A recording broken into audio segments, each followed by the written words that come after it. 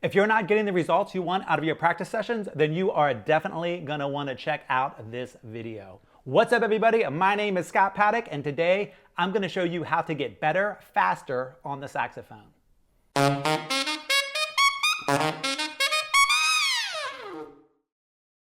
The secret to getting better at any new skill that you want to master is learning the right information in the correct order. Let me say that again. Learning the right information in the correct order. So if you want to get really good at playing the saxophone, you need to apply that principle to your practice sessions. So in this tutorial, I'm going to show you 5 things that you should include in every one of your practice sessions. The first thing we're going to talk about when it comes to your practice routine should come as no surprise, and that is long tones. When it comes to long tones, oftentimes people are practicing them incorrectly and very inefficiently. So let's start with inefficiently. When you are practicing long tones, you should do it for about 5 minutes. Now, that might not sound very long, but if you are holding long notes for 5 minutes, you are definitely going to feel like it is a long time. Now, some people say they should practice them for 10 or 15 or 20 minutes. That is not going to hurt you. But the idea behind long tones is the cumulative effect of practicing them every day. When you practice them every day for short periods of time, you're going to get a lot more control over your breath stream, your air stream, and your notes are going to sound way better and way more full. Now, when I'm talking about your practice routine, I'm assuming that most people are going to be practicing around an hour a day. So if you add in long tones for 5 minutes of your practice session, you are definitely going to see forward progress. Now, long tones can be super boring if you just sit there and hold a note. However, long tones don't have to be boring. Once you get the steady pitch idea down, in other words, you're playing the note without any distractions or interruptions, then there are all different kinds of things you can practice while you are practicing your long tones. For example, dynamics. You can practice getting a lot softer, getting a lot louder. You can practice pitch matching if you have an app like Tonal Energy Tuner, which is a great app to get if you are a musician. I highly suggest it. And you can also practice overtones as your long tones. So the deeper you get into practicing long tones, the more fun you can have with it because there's all different kinds of stuff that you can add into it. Now, in my sax school, the Scott Paddock Sax School, I have a whole section dedicated to long tones and giving you all different kinds of ideas on things that you can practice while you're practicing long tones so that you're really controlling your airstream, because after all, that is our main focus when it comes to practicing long tones. While we're talking about practice routines, let me know in a comment below how long you usually practice and what all is included in your normal practice routine. The next thing that you want to have in your practice routine, if you want to make really fast forward progress, is scales. You want to make sure that you're practicing scales on a daily basis. I suggest practicing scales for about 10 minutes per a practice session. Now, when people practice scales, they often do it very incorrectly. So I've done a couple different videos on how to learn and memorize scales and how to think about scales and turn them into other scales. So I'm not going to go into that in this video, but if you want to check that out, I'll put a link in the video description. Now, when it comes to learning your scales, you should have one type of scale that you are learning. For example, your major scales. And when you're learning your major scales, you want to learn one scale at a time. So you would start off with C and then go on to G and D and A. And those are all going to come pretty quickly because they're fairly easy scales. Then you get into the harder scales like E and B and F sharp. And over on the flat side, you have B flat and E flat and A flat.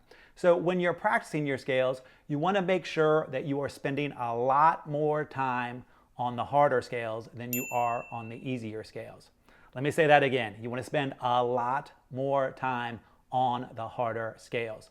So oftentimes I'll have people write me a message and say that they play their scales 5 or 10 times per a practice session. Now, that's definitely not going to hurt you, but you really don't need to practice your G scale as much as you need to practice your B scale.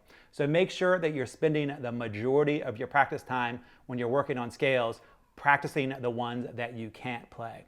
Then once you get all of your scales straightened out, worked out, and you can play them well, for example, you can play all of your major scales, then you want to work on speeding them up. So your first goal should be getting your scales down, and then your second goal should be speeding them up and playing them clean and even.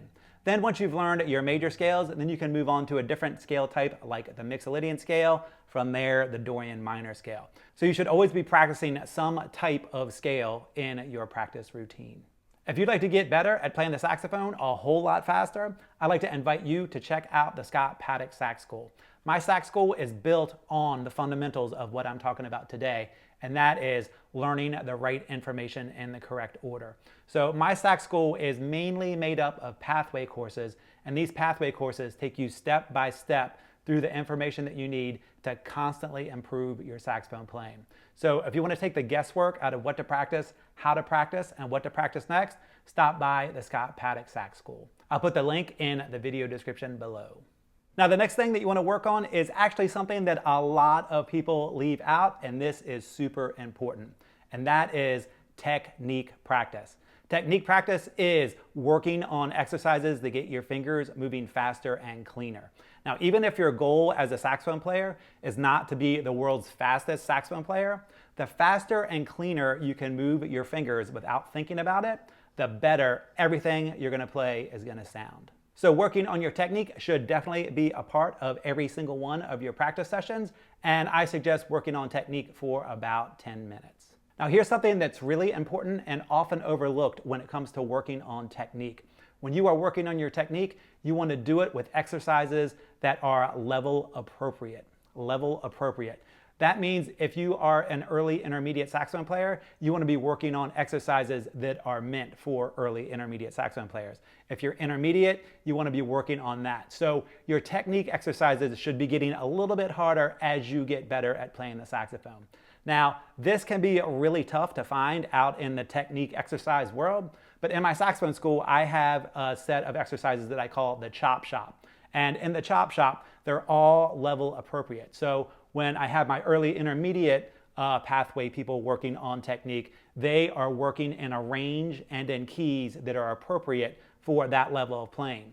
Then when you move on to intermediate part one, then the exercises get harder and you go through more keys and the range extends. So when you are working on technique stuff, you want to do something that is level appropriate, because if you are working on exercises that are way harder than you can play, it actually is not going to help you get better that much faster. It's just going to be very frustrating and your fingers are really going to struggle working your way through those exercises. The next thing that you want to work on in every one of your practice sessions is learning new songs. So every week or so, or every 2 weeks, you should have a new song that you're trying to learn.